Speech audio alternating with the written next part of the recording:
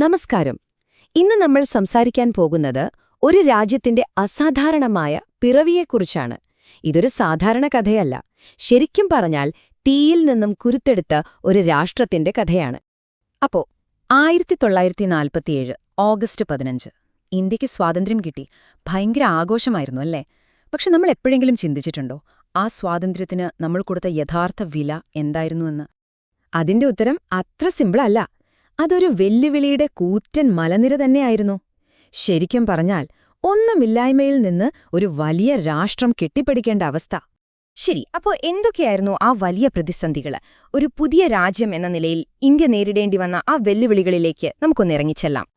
1.5 കോടി. ഇതൊരു ചെറിയ നമ്പരല്ല. വിഭജനത്തെ തുടർന്ന് സ്വന്തം വീടും നാടും ഉപേക്ഷിച്ച് ഇന്ത്യയിലേക്ക് ഓടി വരേണ്ടി വന്ന മനുഷ്യരുടെ എണ്ണമാണിത്. ഒന്ന് ആലോചിച്ചു നോക്കൂ. ഈ കോടിക്കണക്കിന് ആളുകൾക്ക് ഭക്ഷണവും താമസിക്കാനൊരിടവും കൊടുക്കുക എന്നത് എത്ര വലിയൊരു ദൗത്യമായിരുന്നിരിക്കും. പിന്നെ ബ്രിട്ടീഷുകാർ ഇവിടുന്ന് പോകുമ്പോൾ ഇന്ത്യ എന്ന് പറയുന്നത് നമ്മൾ ഇന്ന് കാണുന്ന പോലത്തെ ഒരൊറ്റ രാജ്യമായിരുന്നില്ല കേട്ടോ. 565 നാട്ടുരാജ്യങ്ങൾ. ഓരോന്നിനും സ്വന്തമായി തീരുമാനമെടുക്കാം. വേണമെങ്കിൽ ഇന്ത്യയിൽ ചേരാം, പാകിസ്ഥാനിൽ ചേരാം, അല്ലെങ്കിൽ ഒറ്റയ്ക്കൊരു രാജ്യമായിട്ട് നിൽക്കാം. രാജ്യം 100 കണക്കിന് കഷ്ണങ്ങളായി ചെതറിപ്പോകാനുള്ള ഒരു സാധ്യതയാണ് അന്ന് മുന്നിലുണ്ടായിരുന്നത്. ഇനി ഇതിനെല്ലാം പുറമേ രാജ്യത്തെ ജനങ്ങളിൽ വെറും 12% പേർക്ക് മാത്രമേ എഴുതാനും വായിക്കാനും അറിയാമായിരുന്നുള്ളൂ. ബാക്കിയുള്ളവരെല്ലാം കടുത്ത ദാരിദ്ര്യത്തിലും പട്ടിണിയിലുമായിരുന്നു. അപ്പോ ചോദ്യമിതാണ്, ഇങ്ങനെയുള്ളൊരു രാജ്യത്തെ എങ്ങനെയാണ് ഒരുമിച്ച് മുന്നോട്ട് കൊണ്ടുപോകാൻ കഴിയുക? ആ കണക്കുകൾക്ക് പിന്നിലുള്ള മനുഷ്യരുടെ അവസ്ഥയോ? അത് ഇതിലും ഭീകരമായിരുന്നു. വിഭജനം കാരണം രാജ്യമെങ്ങും വർഗീയ ലഹളകൾ പൊട്ടിപ്പുറപ്പെട്ടു. ഇന്നലെ വരെ അയൽക്കാരായിരുന്നവർ ശത്രുക്കളായി മാറി. ലക്ഷക്കണക്കിന് ആളുകൾ കൊല്ലപ്പെട്ടു. ജീവൻ രക്ഷിക്കാൻ വേണ്ടി സ്വന്തം വീടും സമ്പാദ്യവുമെല്ലാം ഉപേക്ഷിച്ച് ലക്ഷങ്ങൾ പലായനം ചെയ്തു. അതൊരു വല്ലാത്ത മാനുഷിക ദുരന്തം തന്നെയായിരുന്നു. അപ്പോൾ ഈ അഭയാർത്ഥികളുടെ പ്രശ്നവും നാട്ടുരാജ്യങ്ങളെ ഒരുമിപ്പിക്കുന്ന കാര്യവും മാത്രമായിരുന്നില്ല വെല്ലുവിളി. രാജ്യം മറ്റു പല രീതിയിലും ശരിക്കും തകർച്ചയുടെ വക്കിലായിരുന്നു.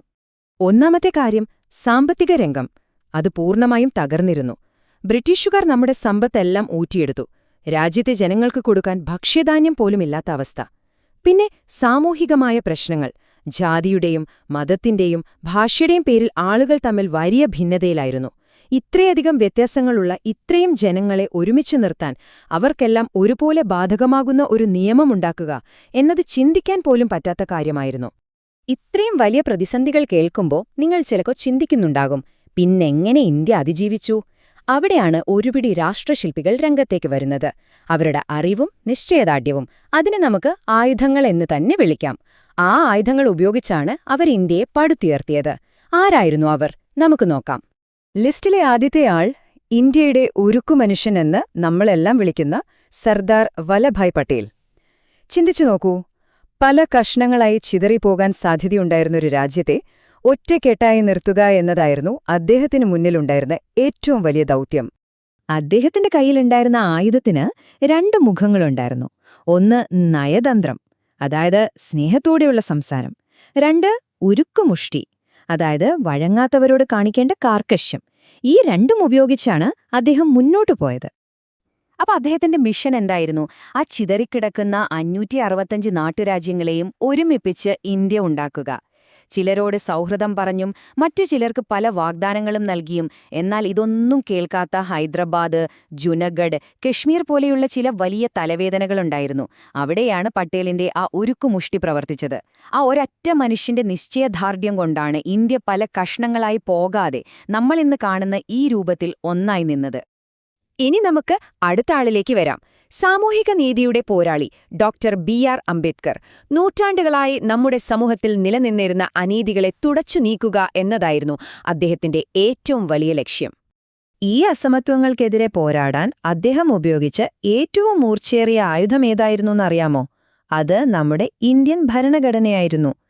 നിയമത്തിനു മുന്നിൽ എല്ലാ മനുഷ്യരും തുല്യരാണെന്ന് ഉറക്കെ പ്രഖ്യാപിക്കുന്ന ഒരു മഹത്തായ രേഖ.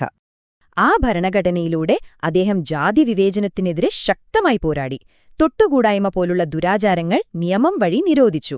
എല്ലാ ഇന്ത്യൻ പൗരന്മാർക്കും തുല്യ അവകാശങ്ങൾ ഉറപ്പാക്കി. അതിലൂടെ അദ്ദേഹം ഒരു കാര്യം കൂടി ജനങ്ങളെ ഓർമ്മിപ്പിച്ചു: അറിവും വിദ്യാഭ്യാസവും നേടിയാൽ മാത്രമേ യഥാർത്ഥ സ്വാതന്ത്ര്യം നേടാൻ കഴിയൂ എന്ന്.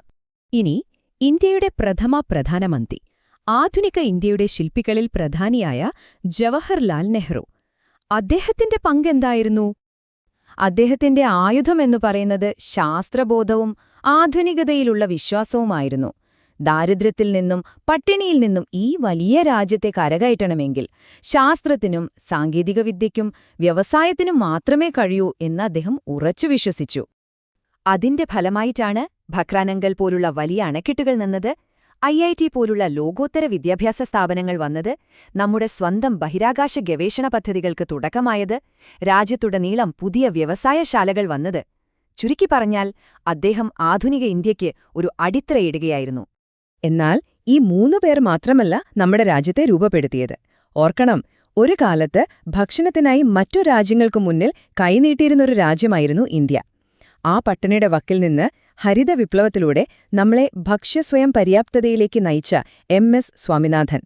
അതുപോലെ സാധാരണക്കാരായ പാൽ കർഷകരെ ഒരുമിപ്പിച്ച് അമുൽ എന്ന സഹകരണ പ്രസ്ഥാനം കെട്ടിപ്പടുത്ത് ഇന്ത്യയെ ലോകത്തിലെ ഏറ്റവും വലിയ പാലുൽപാദക രാജ്യമാക്കി മാറ്റിയ വർഗീസ് കുര്യൻ.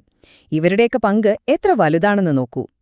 അപ്പൊ നമ്മൾ കണ്ടതുപോലെ ഒരുപാട് പ്രതിസന്ധികളുടെ തീയിലൂടെ കടന്നുപോയിട്ടാണ് ആധുനിക ഇന്ത്യ എന്ന ആശയം രൂപപ്പെട്ടത്. അതൊരിക്കലും എളുപ്പമുള്ളൊരു യാത്രയായിരുന്നില്ല. നമുക്കിതൊന്ന് ചുരുക്കി നോക്കാം. സർദാർ പട്ടേൽ തന്റെ നയതന്ത്രവും ഉരുക്കുമുഷ്ടിയും ഉപയോഗിച്ച് ഇന്ത്യയെ രാഷ്ട്രീയമായി ഒന്നാക്കി. ഡോക്ടർ അംബേദ്കർ ഭരണഘടന എന്ന ശക്തമായ ആയുധം കൊണ്ട് സാമൂഹിക നീതിക്ക് അടിത്തറയിട്ടു. നെഹ്റു ശാസ്ത്രബോധത്തിലൂടെ ആധുനികതയുടെ വാതിലുകൾ തുറന്നിട്ടു. സ്വാമിനാഥൻ ഹരിതവിപ്ലവത്തിലൂടെ രാജ്യത്തിന്റെ വിശപ്പടക്കി. കണ്ടില്ലേ, ഓരോരുത്തരും അവരവരുടെ രീതിയിൽ ഇന്ത്യയെ പടുത്തുയർത്തുകയായിരുന്നു. ഒരു കാര്യം നമ്മൾ എപ്പോഴും ഓർക്കണം, ഇന്ത്യ യാത്ര തുടങ്ങിയത് ഈ അവസ്ഥയിൽ നിന്നാണ്. വിഭജനം കാരണം തകർന്നുപോയ മനസ്സുകളും ബ്രിട്ടീഷുകാർ കൊള്ളയടിച്ച് നശിപ്പിച്ചൊരു സമ്പദ്വ്യവസ്ഥയും. അവിടെ നിന്നാണ് നമ്മൾ ഇന്നത്തെ ഇന്ത്യയിലേക്കെത്തിയത്. എന്നാൽ ഒരു ചോദ്യം ഇപ്പോഴും ബാക്കിയാണ്. ഒരു രാഷ്ട്രം കെട്ടിപ്പടുക്കുക എന്ന ഈ ദൗത്യം എപ്പോഴെങ്കിലും പൂർണ്ണമാകുമോ? അതോ ഓരോ തലമുറയും ഏറ്റെടുത്ത് മുന്നോട്ട് കൊണ്ടുപോകേണ്ട ഒരു തുടർ പ്രക്രിയയാണോ ഇത്? അടുത്ത തവണ കാണുന്നതുവരെ ഇതിനെക്കുറിച്ച് ഒന്ന് ചിന്തിക്കുക.